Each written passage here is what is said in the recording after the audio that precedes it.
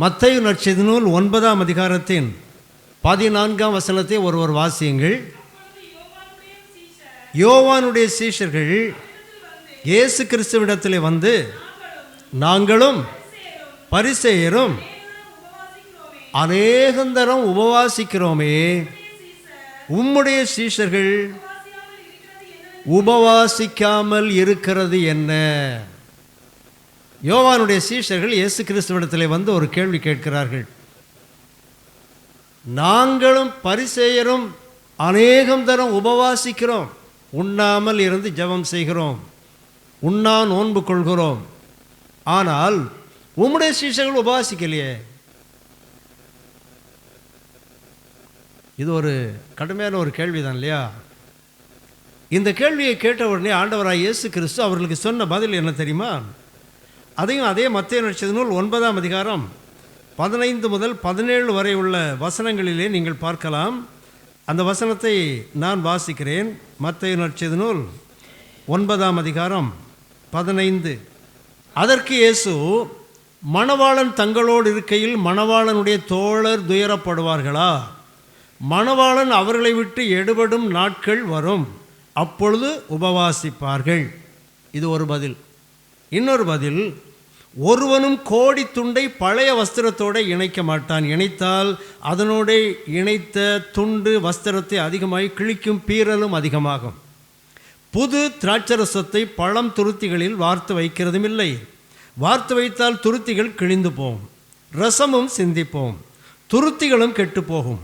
புது ரசத்தை புது துருத்திகளில் வார்த்து வைப்பார்கள், அப்பொழுது இரண்டும் பத்திரப்பட்டிருக்கும் என்றார். இந்த வார்த்தைகளிலிருந்து நாம் கற்றுக்கொள்கின்ற உண்மை என்ன? உபவாசத்தை குறித்து ஆண்டவராய் இயேசு கிறிஸ்து சொல்லி இருக்கிற செய்தியிலே ஒரு ஆழமான அழுத்தமான உண்மை இருக்கிறது அன்பானவர்களே. முதலாவது, ஒருவரை ஒருவர் ஒப்பிடக்கூடாது. அவங்க உபவாசம் பண்ணுறாங்க, நீங்கள் ஏன் பண்ணலை? இந்த மாதிரி ஒப்பீடு வாழ்க்கையில் எப்போதுமே நல்லதல்ல. சில வேளைகளில் நம்முடைய பிள்ளைகளிடத்திலே நாம் ஒப்பீடு செய்வோம். அவன் பிள்ளைய பாரு ஒன்றாரங்க எடுக்கிறான், இவன் பிள்ளைய பாரு எவ்வளோ நல்லா படிக்கிறான், நீ இப்படி படிக்கிறியா? இப்படி ஒப்பிடலாமா? கூடாது. பிள்ளைகளை பெற்றோர் ஒப்பிடக்கூடாது, பிள்ளைகளும் பெற்றோரை ஒப்பிடக்கூடாது. அவங்க அப்பா அவனுக்கு பைக் வாங்கி கொடுத்தாங்க, நீங்கள் எனக்கு வாங்கி கொடுத்தீங்களா? இந்த மாதிரி ஒப்பீடு செய்யக்கூடாது.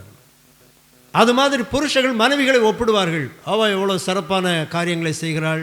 மனைவிகள் புருஷர்களை ஒப்பிடுவார்கள், அந்த மனுஷன் எவ்வளோ கஷ்டப்பட்டு உழைத்து எவ்வளோ சம்பாதிச்சு வச்சிருக்கிறார், நீ இருக்குதியே. இந்த மாதிரி ஒப்பீடு எப்போதுமே ஆபத்தானது அன்பானவர்களே. ஒவ்வொரு மனிதனும் தனித்தன்மை உடைய ஒரு மனுஷன். ஒருத்தர்கிட்ட இருக்கிற நல்ல குணம் இன்னொருத்தர்கிட்ட இல்லாமல் இருக்கலாம், ஒருத்தர்கிட்ட இருக்கிற கெட்ட குணம் இன்னொருத்தர்கிட்ட இல்லாமல் இருக்கலாம். ஒவ்வொருவரும் தனித்தன்மை உடைய மனிதர்கள். ஆகவே முதலாவது இப்படி ஒப்பீடு செய்யக்கூடாது. இன்னொன்று ஆண்டவர் என்ன சொல்கிறாரு?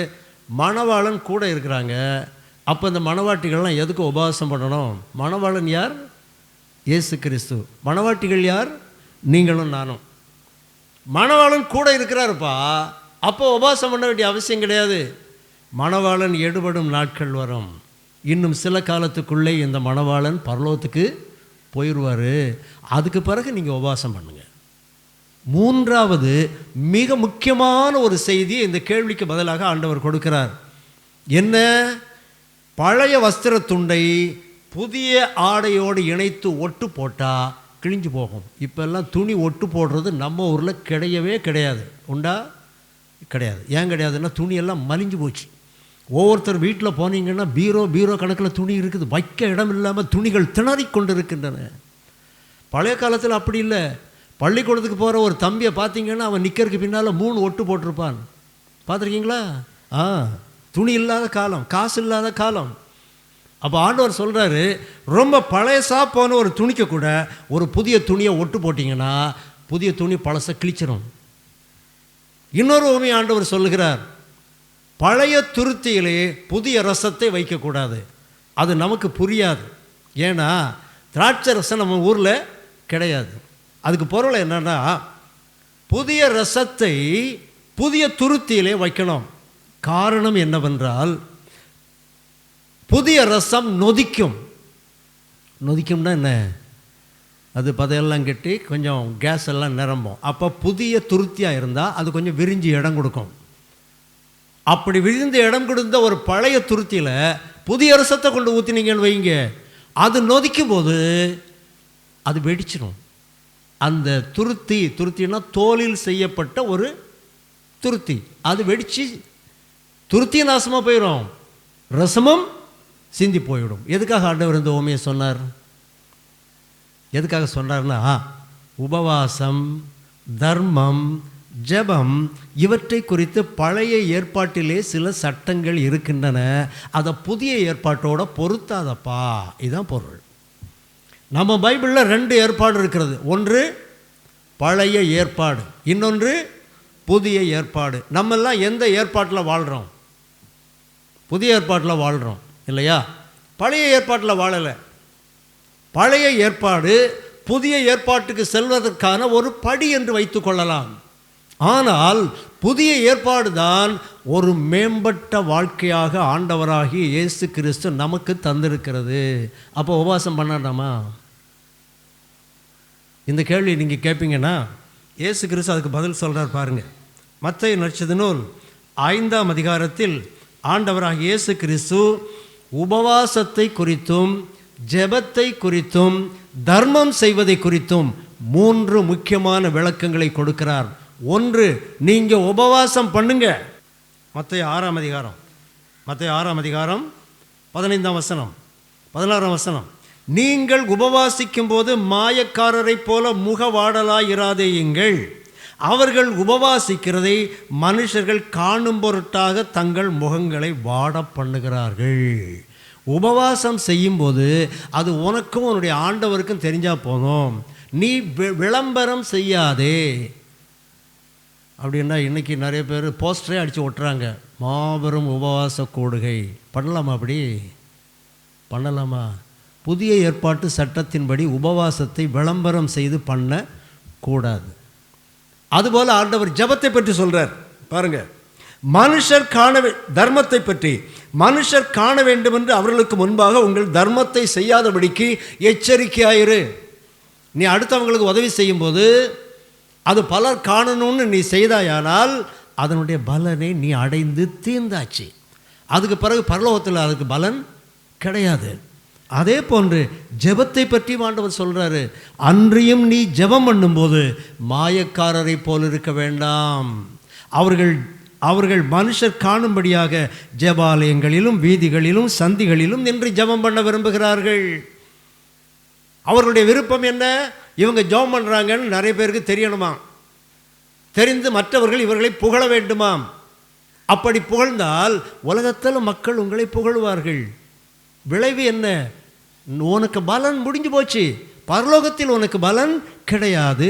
அதனால் ஆண்டவர் சொல்கிறாரு, நீயோ ஜெபம் பண்ணும்போது உன் அறை வீட்டுக்குள் போ, கதவை பூட்டு, அந்தரங்கத்தில் இருக்கிற உன் பிதாவை நோக்கி ஜெபம் பண்ணு.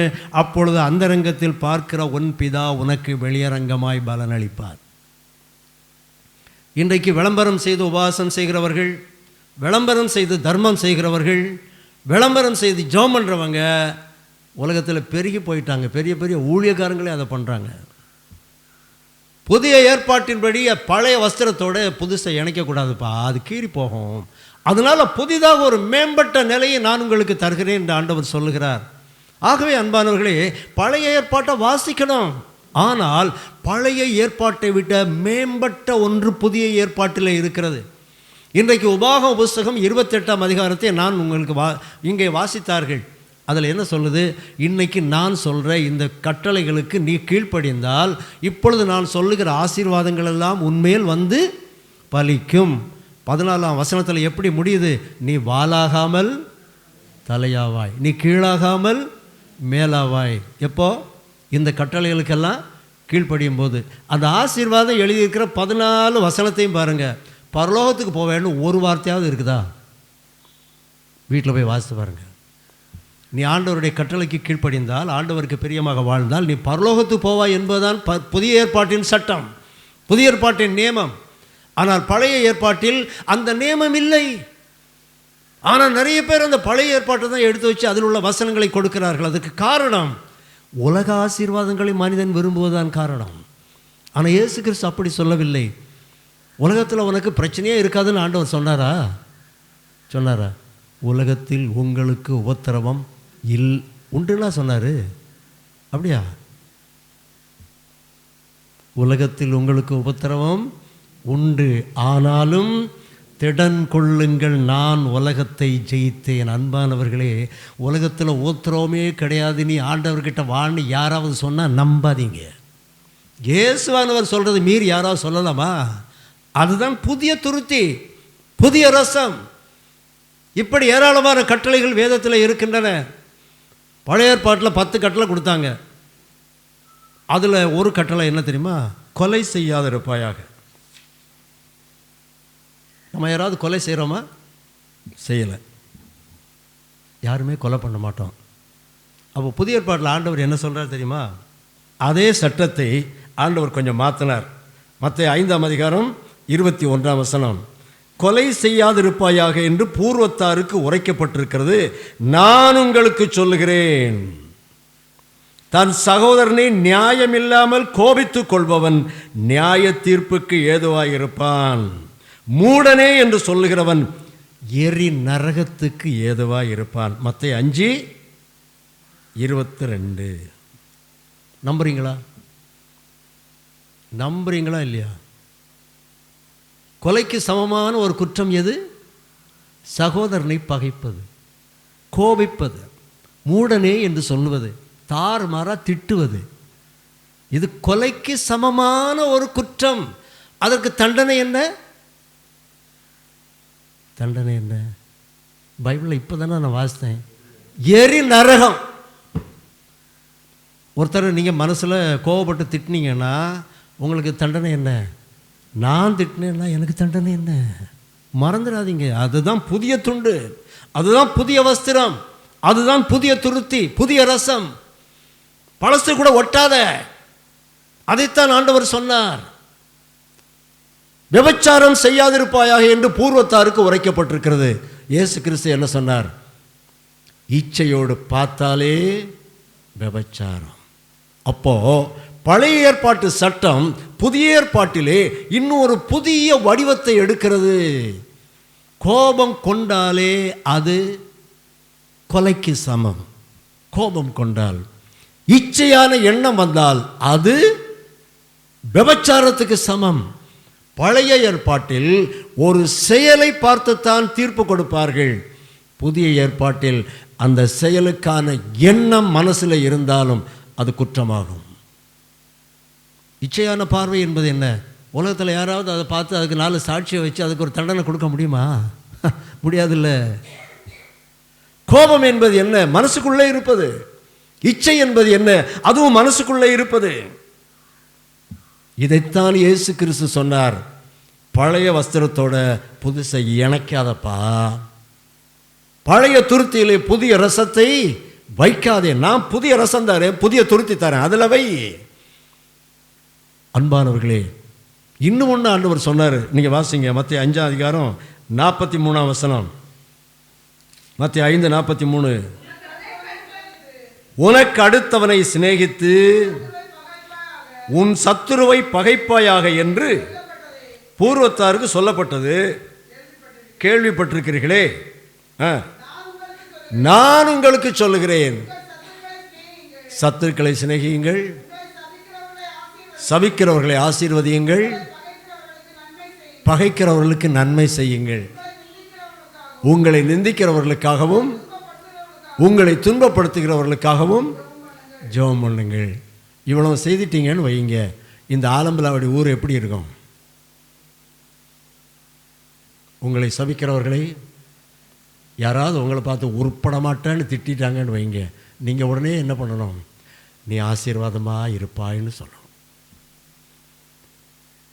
யாராவது உங்களை பார்த்து கோபப்படுறாங்கன்னு வைங்க, ராத்திரி வீட்டில் போய், ஆண்டவரே அந்த நபருக்காக நான் ஜெபம் பண்ணுறேன், ஆண்டவரே அந்த கோபத்தை கொஞ்சம் மாற்றுங்க, ஆண்டவரே நல்ல மனசை கொடுங்க ஆண்டவரே என்று. ஏங்க, நான் பைபிள் தானே பேசுகிறேன். பைபிள் பேசுகிறேன்னா வேறு ஏதாவது பேசுகிறேனா? பைபிள் தானே. அப்படின்னா இந்த ஊர் எப்படி இருக்கும்னு நினைக்கிறீங்க? எப்படி சார் இருக்குது இந்த ஊர்? இந்த ஊரை விடுங்க, எங்கள் ஊர் எப்படி இருக்கும்? கொட்டிக்கோடு எங்கள் ஊர் தானே. எங்கள் ஊரில் 1050 குடும்பம் இருக்குதுல்ல. ஒரே ஒரு மெயின் ரோடு தான் உண்டு. அந்த ரோடு வழியாக தான் எல்லோரும் போவாங்க, எல்லோரும் வருவாங்க. இந்த ரோடு வழியாக போகும்போது ஊரில் உள்ள இன்னொருத்தரை பார்த்தா அந்த மனுஷனை முகத்துக்கு முகம் பார்த்து சிரிக்க என்னால் முடியலைன்னா நான் அவன்கிட்ட சண்டை இருக்கிறேன்னு தானே அர்த்தம். அப்போ நான் எப்படிப்பட்ட தப்பு செய்திருக்கிறேன்னு அர்த்தம்? கொலை குற்றம். சபிக்கிறவர்களை ஆசீர்வதியுங்கள், நிந்திக்கிறவர்களுக்காக ஜெபம் பண்ணுங்கள்.